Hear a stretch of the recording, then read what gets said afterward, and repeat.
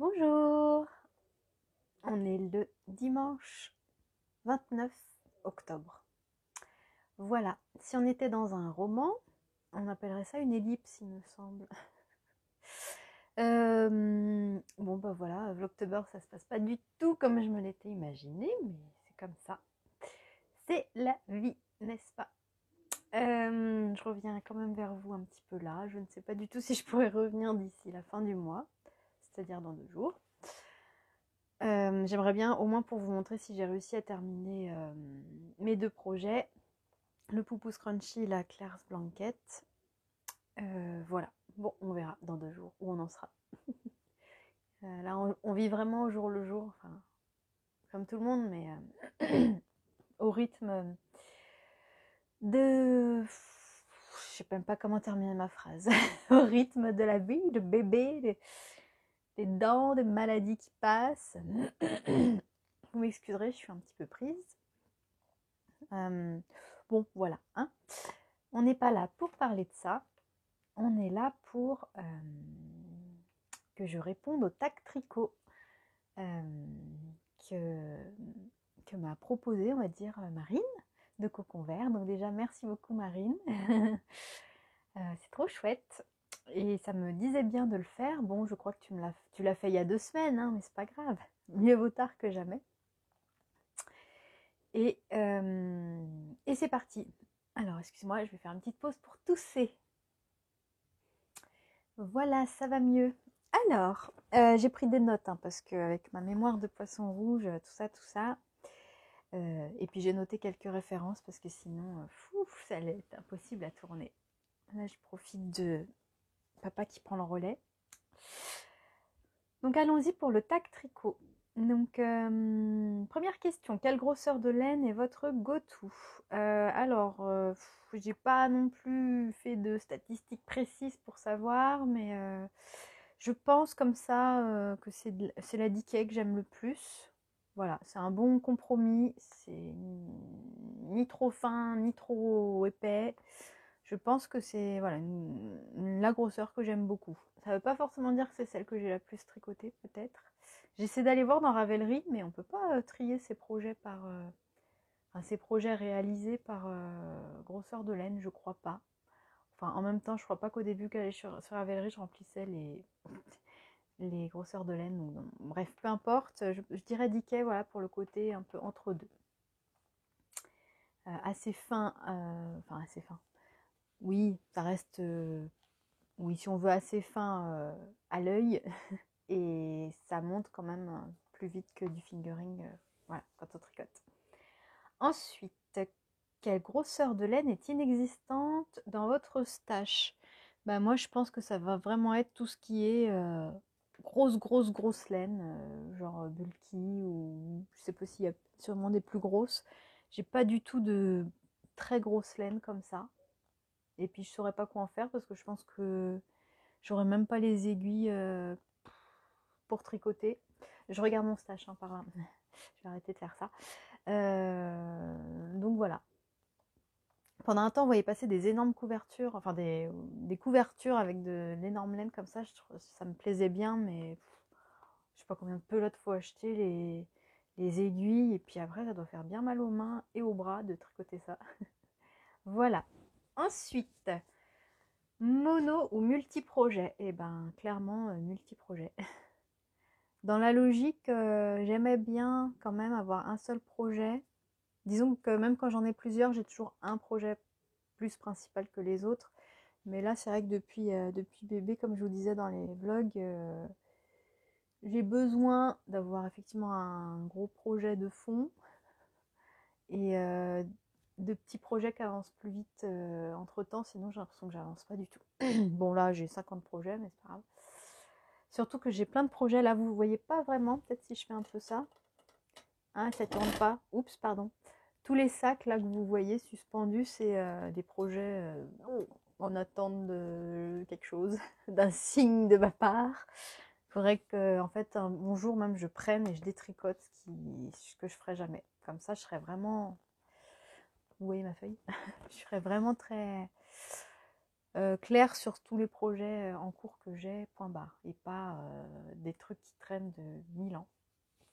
Ensuite, tricotez-vous le même patron plusieurs fois? Alors, oui, mais vraiment, j'ai remarqué que pour des accessoires.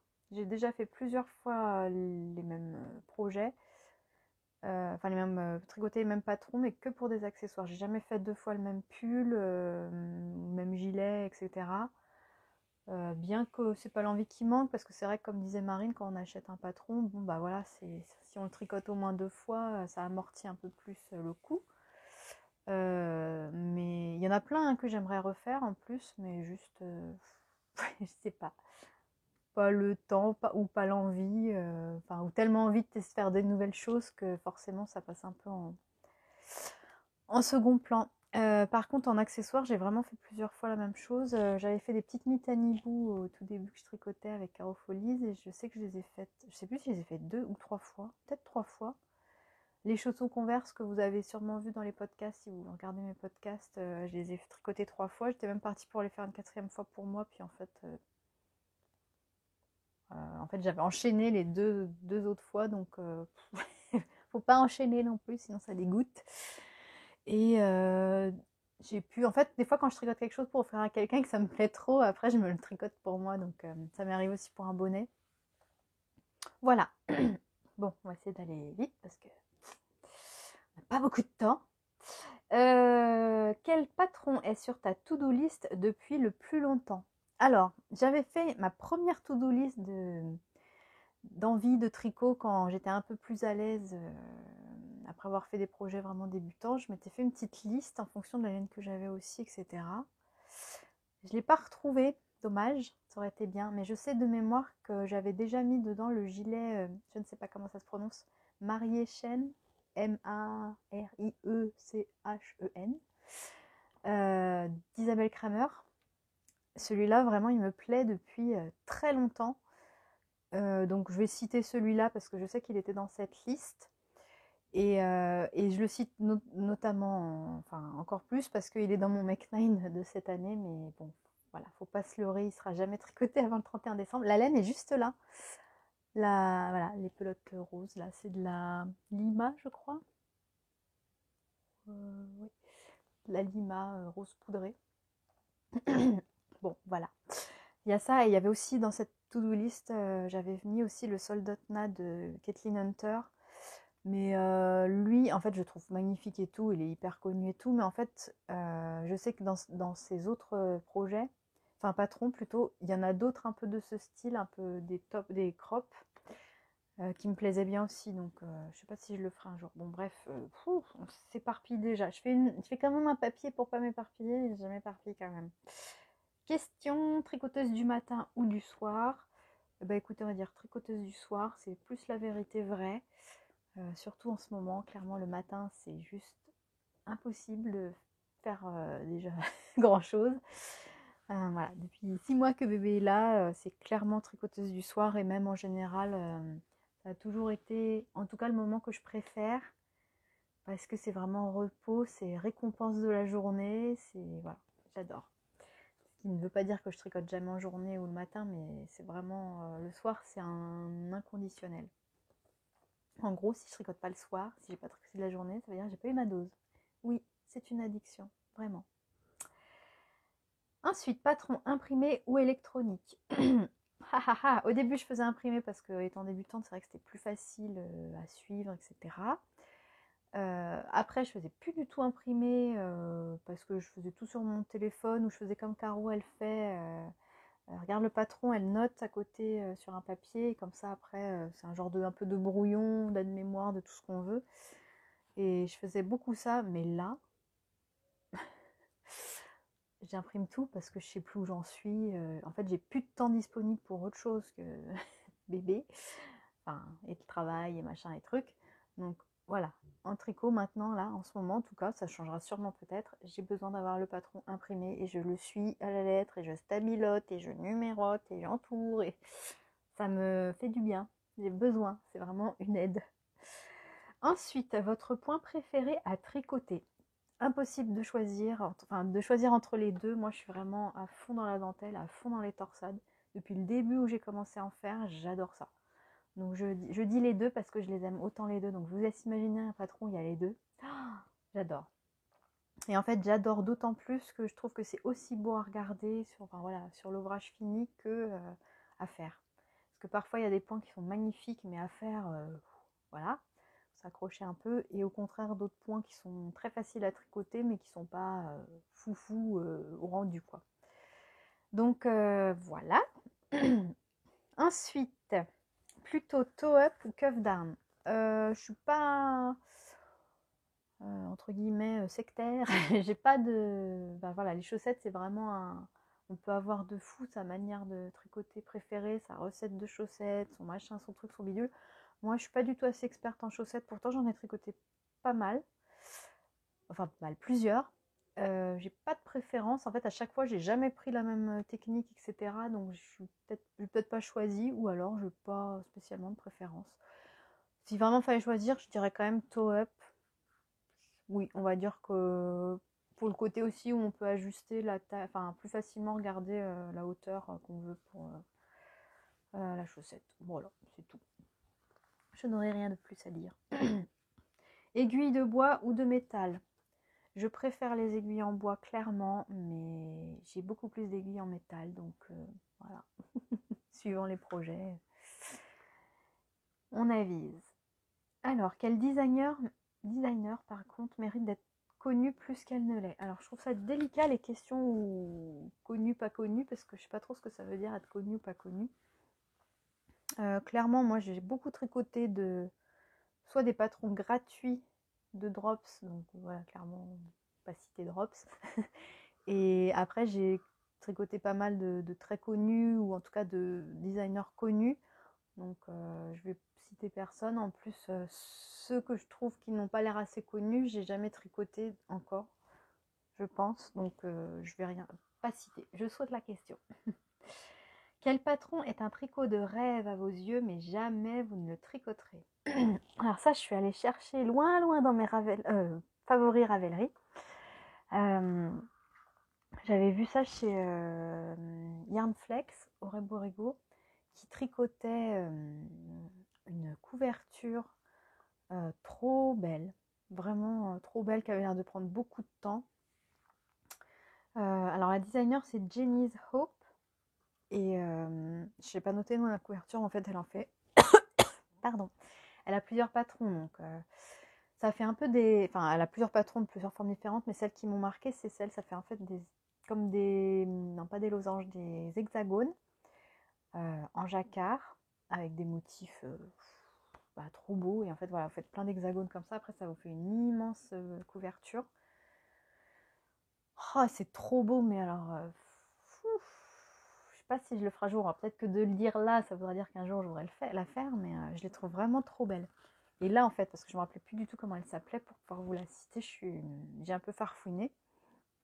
Ah là là, et depuis, j'ai vu qu'elle a sorti alors c'est un châle. Oui, c'est un châle, mais ça ressemble à une couverture ou un truc énorme, un châle, maxi châle, quoi.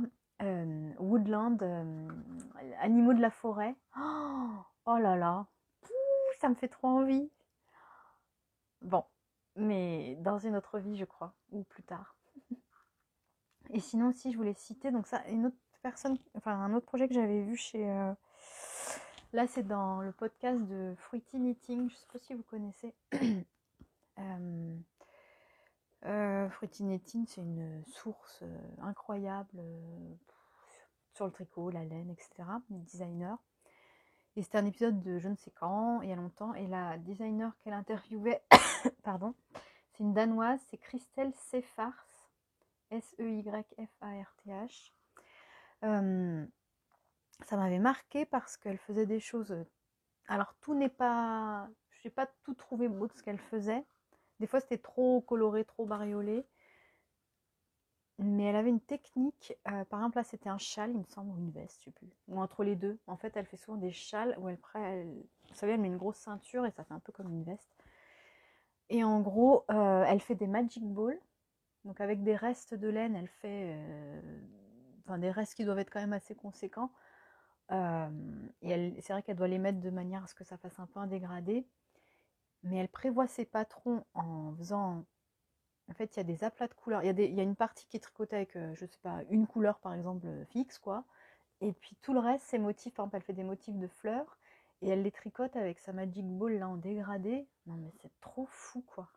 Et aussi, je crois, dans tous ses tricots, en tout cas tous ceux que j'ai vus de ce style-là, elle a une technique, donc que je connais pas parce que j'ai jamais acheté ses patrons, mais où elle fait en fait une bordure, donc qui se voit effectivement à l'extérieur et à l'intérieur, mais qui est assez large. Comme ça, si jamais, parce que les châles, des fois, bah voilà, vous le mettez, on voit le pendu dessous, etc., bah ça reste beau, en fait, ça fait pas fini. Je sais pas comment vous dire. Enfin bon, moi, je l'avais trouvé, il y avait des trucs que je trouvais hyper beaux, mais vraiment magnifiques. Bon, d'autres un peu moins, mais allez voir si vous êtes curieuse ou curieux. Voilà. Ensuite, quel patron super populaire ne vous attire pas du tout? Alors, moi, il y a un patron, j'ai jamais trop compris, mais peut-être que j'ai raté le truc. C'est le Love Note de Tin Can Knits. Je sais pas, il me parle pas ce patron. Et j'ai pas compris pourquoi il était si populaire. Alors au début, je me suis dit, là je suis allée voir, je me suis dit, il y a peut-être un truc, c'est peut-être un patron gratuit qui est très facile pour les débutants, etc. En fait, non, pas du tout, il est payant. Bon, expliquez-moi si vous savez pourquoi il est si populaire. Peut-être qu'il est disponible en taille enfant et tout. Enfin, peut-être que quand vous achetez le patron, vous l'avez dans 50 000 tailles, je sais pas. Mais visuellement, je le trouve pas. Enfin voilà, je sais pas. Peut-être qu'il va vite, j'ai pas regardé en quoi il se tricotait. Peut-être qu'il y a voilà, un truc qui m'explique pourquoi il est si populaire, mais moi, non, il me parle pas. Ensuite, un ou des podcasts. Voilà. Un ou une ou des 1, 2, 3 podcasteuses à aller suivre. Bah là, c'est pareil. Je sais pas si je vous cite toutes celles que moi j'adore suivre ou si l'idée c'est plutôt de faire connaître un peu plus d'autres qui le sont moins. Bon, moi je vous cite toujours les mêmes, donc là je vais pas citer les mêmes pour changer. Une que je cite jamais, mais pourtant c'est elle qui m'a donné envie de faire des podcasts. J'adore ce qu'elle fait. Là j'ai pas du tout le temps de tout suivre, mais c'est Eve de Atelier EV3, anciennement Bobine et Pelote. Moi j'adore.